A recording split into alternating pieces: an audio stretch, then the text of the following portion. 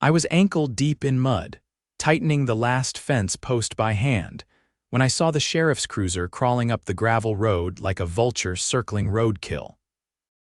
The tires crunched to a stop right behind my old pickup, and a second later, I spotted her Audrey Remson stepping out from behind the cruiser like she owned the place. Audrey was the self-appointed queen of the Pine Rock Ridge HOA. Mid-50s, bleach blonde bob, oversized sunglasses, and a voice that could strip paint off a barn door. She lived 3 miles down the mountain but somehow decided my ranch house was her business. The deputy got out and gave me a polite nod. "Afternoon, sir." Got a call about an unpermitted structure going up. Said there's some kind of illegal dwelling on the property. Audrey folded her arms tight and pointed toward the back of my property line. "It's that shack. He put it up last week. No HOA approval, no permits, nothing. It's visible from the trail and it's an eyesore. This kind of thing lowers property values." I wiped my hands on my jeans and walked over. "That shack is a chicken coop, Audrey. Built it myself, and it's on my land." She sniffed. "We have rules in Pine Rock Ridge. You can't just throw up whatever you want. You're still within HOA jurisdiction." That's when I laughed. Not the polite, kind, real, belly-deep laughter that made the deputy raise an eyebrow. "You think this is part of the HOA?" I asked. "Audrey, I own the entire mountain. From the creek bed all the way up to the ridge. Bought it 5 years before Pine Rock Ridge was even built. Your HOA line ends over a mile downhill." Audrey's lips tightened like she just sucked on a lemon. The deputy looked from her to me. "Sir, can I see the property deed?" I reached into the back seat of my truck and pulled out a folder. "Gladly. Here's the deed, the survey, and the county map. You'll see this entire mountain, 370 acres, is mine. No HOA, no association, no covenants." Audrey leaned in, then her face went pale. "That can't be right. The board said the board's wrong," I cut in. "You're wasting the sheriff's time, Audrey, again." The deputy scanned the paperwork, nodded, and handed it back. "Everything checks out.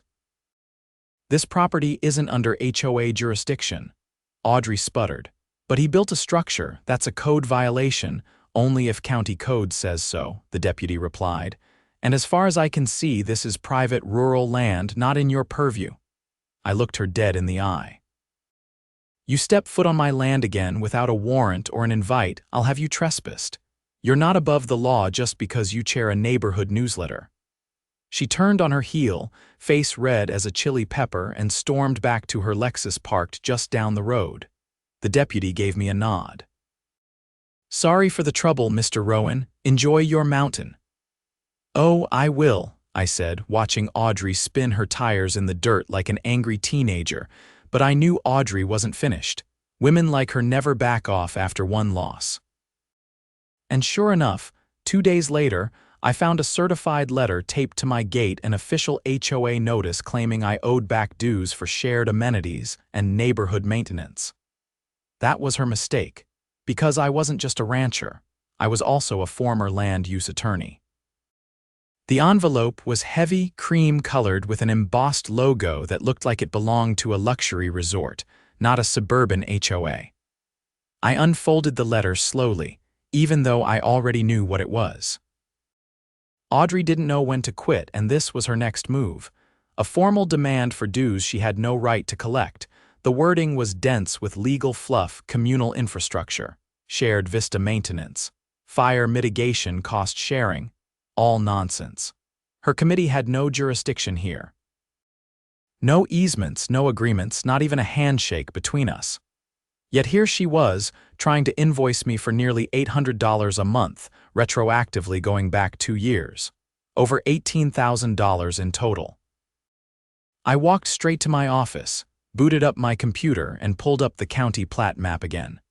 I'd already printed it once for the sheriff's deputy, but this time, I wanted something more detailed. I overlaid it with the HOA's own filings with the county recorder's office. Clear as day, their boundary stopped at the old fire road, a full 1.5 miles south of my northern fence line. No overlap, no ambiguity. They were trying to collect dues the same way a stranger might walk into your house and charge you rent. I drafted a formal cease and desist letter and sent it certified, return receipt requested. I also copied the county's Legal Affairs Division and the State Attorney General's Homeowner Protection Unit. I'd seen this kind of overreach before, usually in gated communities with too much money and too little oversight. The next morning, I drove into town, made a stop at the recorder's office, and sat down with a woman named Marlene. She'd been working there for over 20 years and knew every plat and parcel in the county by heart. "Let me guess," she said, flipping through a thick binder. "Audrey Remson's been at it again. She's trying to bill me for dues on land she's got no claim to." Marlene rolled her eyes and tapped the map. "Your parcel's a legacy lot. Recorded in 1989, HOA was formed in 2004.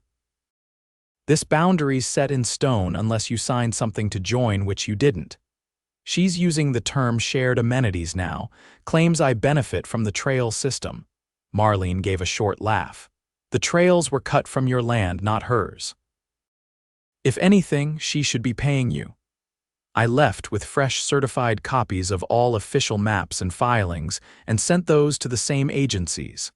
That alone would have been enough to shut down a normal HOA, but Audrey wasn't acting alone anymore.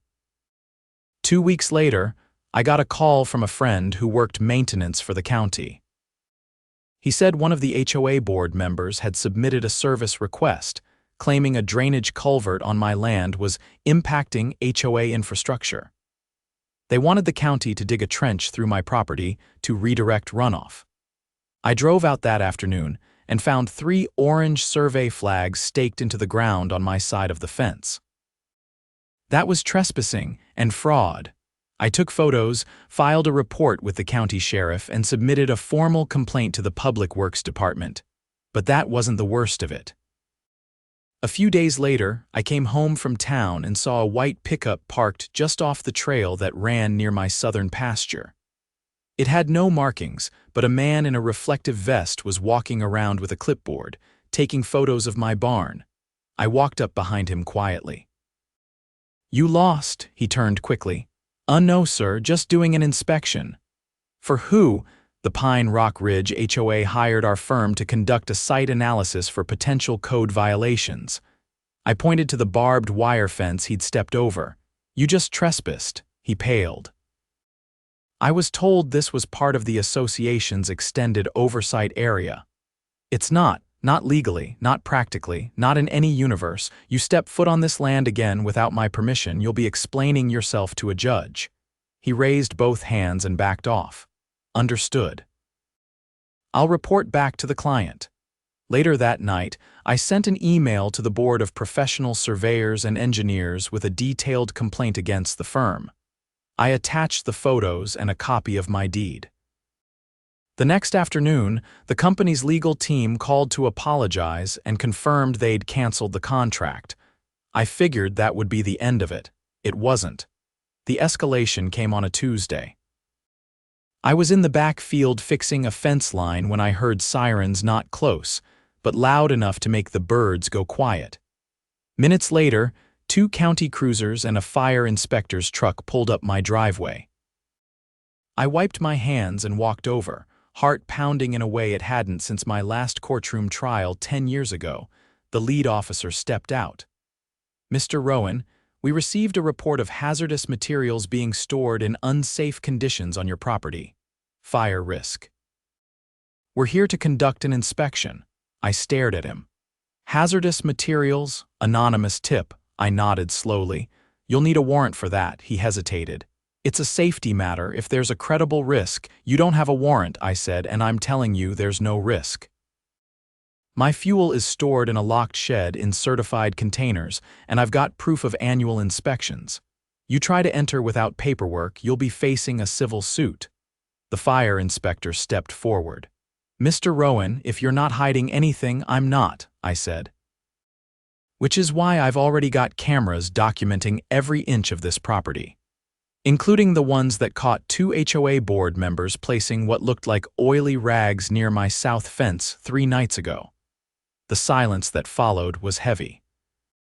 "Wait here," the officer said, turning to confer with his partner. I walked back to the house, pulled the footage from my security system, and returned with a flash drive. I handed it over. Time stamped.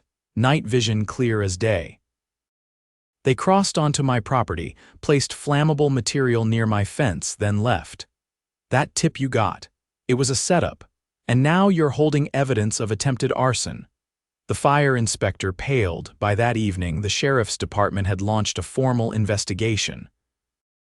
They took statements, pulled surveillance footage, and began interviewing residents of the HOA. I wasn't told the details, but I didn't need to be. Word spread fast in towns like ours. The next morning, I got a call from a local journalist. Then another from a city councilman who wanted to know what was going on with the HOA up in Pine Rock Ridge. By the end of the week, the story had made the front page of the county paper. Homeowner claims HOA planted fire hazard, sheriff investigating. Audrey tried to spin it, of course. Claimed it was a misunderstanding, volunteers cleaning up debris that accidentally crossed onto my land. But the video told a different story. The board members weren't carrying trash bags. They were wearing gloves, moving with purpose, looking over their shoulders like they knew exactly what they were doing. A week later, the sheriff's department filed charges, not just trespassing, conspiracy to commit property damage, attempted insurance fraud, and interference with a public official via false reporting. Audrey wasn't arrested immediately, but her influence evaporated overnight. Board members resigned. Residents demanded an emergency meeting. And for the first time since she'd declared herself queen of the mountain, Audrey Remson had to look her neighbors in the eye and explain why she'd targeted a man who'd simply wanted to be left alone. But I wasn't done yet. Because now that the legal wheels were turning, I was going to make sure that HOA never threatened another homeowner again. The emergency HOA meeting took place in their usual clubhouse, a faux rustic building with cedar siding and a parking lot full of luxury SUVs. I didn't go, but I didn't need to. Half the town did, and by morning, I had 6 voicemails from residents I barely knew. Apparently, Audrey had tried to pivot, claimed she was misled by faulty property maps and false assurances from a former board member who'd since moved out of state, but no one was buying it. The video of her board members trespassing and planting materials near my fence had been leaked. Someone uploaded it to the town's Facebook group. Over 400 comments, most of them furious. I spent the next few days filing paperwork, formal complaints to the state HOA Oversight Division, a civil claim for harassment and damages, and a lien warning against the HOA for unauthorized use of my land. I wasn't looking for a payout. I just wanted it on record that their overreach had legal consequences. Then, just as things were settling, I got a call from an old friend, Detective Darren Lacey. We'd gone to college together back in the day before he moved into law enforcement and I into land law. Darren had been following the case quietly from the sheriff's side. "Rowen, you got a minute? Always. What's going on?" Got a hit on one of the phones we confiscated. Belonged to that board member, Trevor Massey. The guy with the gloves. Yeah, he had some messages saved.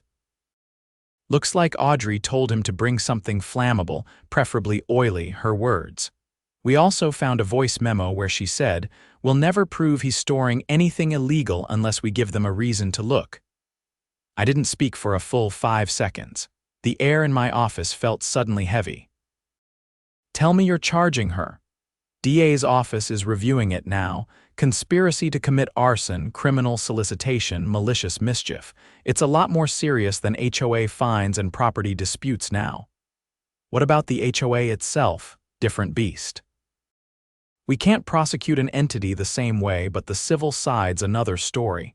You file a suit, and with this kind of evidence, you'll have the leverage to do some real damage. "I'm not interested in damage," I said. "I'm interested in cleaning house." And that's when the idea started to take shape. I spent the next 10 days doing research, deep research. I pulled every HOA bylaw, every amendment, every ballot measure they'd passed in the last decade. Most of it was dry as toast: budget reallocations, landscaping policies, pool hours. But tucked into an appendix was something different, a clause about board member eligibility. According to their own rules, any board member under active criminal investigation for offenses involving property or safety violations was to be suspended pending the outcome. Not removed, just suspended. But here's the kicker. If more than 3 members were suspended at once, the HOA charter triggered an emergency reorganization, opening the floor to any property owner even from adjacent parcels. And that's where things got interesting. Because Audrey and 5 of her board members were now under investigation. That meant, under their own bylaws, the board was effectively dissolved. And their rules didn't explicitly require new candidates to reside within the HOA boundary, only that they own property in the vicinity. I didn't just own property in the vicinity, I owned every square foot above their northern border, so I filed a petition to be added to the emergency ballot. Audrey tried to block it, of course, filed a motion with the HOA's attorney claiming I didn't qualify, but the clause was airtight. Their own lawyer admitted in an internal memo I got from a sympathetic resident that denying my candidacy could be seen as violating the HOA's own governance charter. The vote was scheduled for the following Thursday in the clubhouse. I showed up in my work boots and flannel shirt, looking every bit the mountain man they'd tried to villainize. Audrey wasn't there. She'd been advised to keep a low profile while her charges were pending. Only a few diehards still clung to her vision, most of them silent during the meeting. The rest. They were ready for change. I started my speech standing by the snack table, one hand on a folding chair. I didn't ask for any of this, I said. I didn't ask to be dragged into HOA politics, or to have my property boundaries questioned, or to be accused of crimes I didn't commit. But I'm here now, and I'm telling you this HOA has lost its way. It was supposed to protect property values and promote community. Instead, it became a tool for control, intimidation, even sabotage. You all saw the footage, you know what happened. A few people nodded. One woman in the back crossed her arms and muttered something under her breath. I kept going. I'm not here to micromanage your flower beds or tell you what color your shutters should be. I'm here to write new rules, transparent ones. I'll push for term limits, budget disclosures. A third-party audit of every dollar spent in the last 5 years, and I'll make sure no one ever uses this HOA to bully a neighbor again. They voted by paper ballot. Took less than 20 minutes to count. I won by a landslide. 2 days later, I was sworn in as interim chair of the Pine Rock Ridge HOA, a title I never wanted but now wore like armor. First thing I did, freeze all discretionary funds until the audit was complete. Second, fire the HOA's legal firm. They'd enabled too many of Audrey's schemes for too long. Third, I filed a motion with the county to formally redraw the HOA's recognized boundary according to the actual legal plat, not the interpretive version Audrey had been using. The motion passed. My mountain was officially recognized as sovereign from the HOA, no longer even in question. And then I held an open forum. Told every resident to come forward with complaints, stories, fines, fees, anything they'd suffered under the previous board. What came out of that meeting filled 5 legal pads. One man had been fined $900 because his truck had a faded bumper sticker. Another woman was threatened with foreclosure because her solar panels weren't aesthetic. A retired couple had been coerced into paying for a new retaining wall that only benefited Audrey's lot. I compiled everything, turned it into a formal class action referral. The state attorney general's office accepted it. Audrey's charges were upgraded to include retaliatory enforcement and abuse of fiduciary duty. Her assets were frozen pending the investigation. A grand jury was convened. I never saw her again after that. The mountain got quiet, peaceful. The way it used to be. The trails stayed open, the gates stayed unlocked, and the HOA started working for the people again, not against them. I was asked to stay on permanently. I declined, but I did keep one thing: a new sign at the bottom of my driveway. Big, bold letters carved into oak. Private property not part of HOA trespassers will be educated, and beneath it, in smaller print, land is owned by someone who reads the fine print. Proceed accordingly.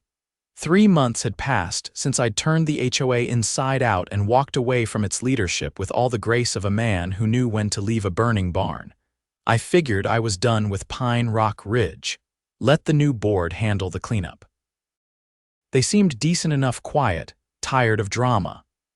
I was ready to go back to fence posts and livestock, the kind of peace that doesn't need meetings or agendas. Then came the subpoena. It arrived in a plain envelope, hand-delivered by a process server who looked like he'd rather be anywhere else. I opened it on the tailgate of my truck. Inside, a summons to testify before the state grand jury as a key witness in the case of State vs. Audrey Remson. The charges had evolved, not just property fraud or conspiracy. The investigation had uncovered something worse, something no one had expected. Audrey had been laundering HOA funds through a shell company registered in Colorado, a firm supposedly hired for amenity upgrades that never happened. Over $180,000 had been funneled into it across 4 years. The company didn't even have a physical office, just a P.O. box and a disconnected phone line. Worse still, one of the contractors she'd used to cover her trail, a man named Lionel Bricks, had gone missing 2 weeks earlier. His truck was found abandoned near a riverbed 3 counties away, cab door wide open, coffee still warm. That changed everything.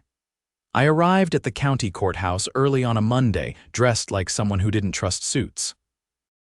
The prosecutor, Meredith Givens, met me in a quiet conference room with a thick folder and tired eyes. "Mr. Rowen, I appreciate you coming in. We've traced several communications between Audrey and the shell company. You're on record as having exposed the HOA's initial overreach. We believe your testimony will help the jury connect the dots." "She doesn't scare me," I said, thumbing through the documents. "She should," Meredith replied. "There's a paper trail, but it's thin. She used burner phones, encrypted emails. She was careful. But arrogance leaves fingerprints, and you've already traced some of them." My testimony took nearly 4 hours. They asked about the forged property maps, the phony inspection, the fire hazard setup, and now the money. I told them everything, down to the way Audrey had weaponized bureaucracy. The jury listened without a word. One man took notes like he was preparing for war. When I left the courthouse, the air felt heavier, like a storm was rolling in. I didn't know then just how literal that would become. That night, I got a call from a resident in Pine Rock Ridge, Mia Talbot, a nurse who'd clashed with Audrey over a fence height dispute a while back. Her voice was shaking. "Someone broke into the clubhouse," she said. "The new board members found the place trashed this morning. Files were missing. The security system was wiped. I asked if the police were involved. They're taking it seriously. They think it was an inside job, but the timing day after your testimony, it's not a coincidence." I drove down the next morning. The clubhouse door had been pried open with a crowbar.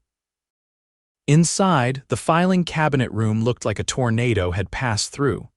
Board meeting minutes, budget reports, contractor files gone. Even the hard drives from the surveillance system had been yanked out of the wall, but Audrey had made a mistake. Again.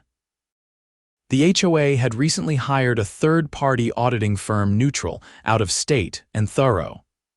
I knew one of the partners from a case I'd worked a decade ago. I called her personally, asked if they'd backed up any of the records off-site. "Every document we scanned was uploaded to our secure cloud," she said. "You think someone tried to erase evidence?" "They didn't try," I said. "They just didn't know you had it first." With that confirmation, I drove straight back to the courthouse and handed the prosecutor a thumb drive with everything: itemized statements, invoice trails, emails linked to the shell company. Meredith's eyes lit up like someone had handed her a winning lottery ticket. "This is the nail," she said. "They'll indict within the week." And they did.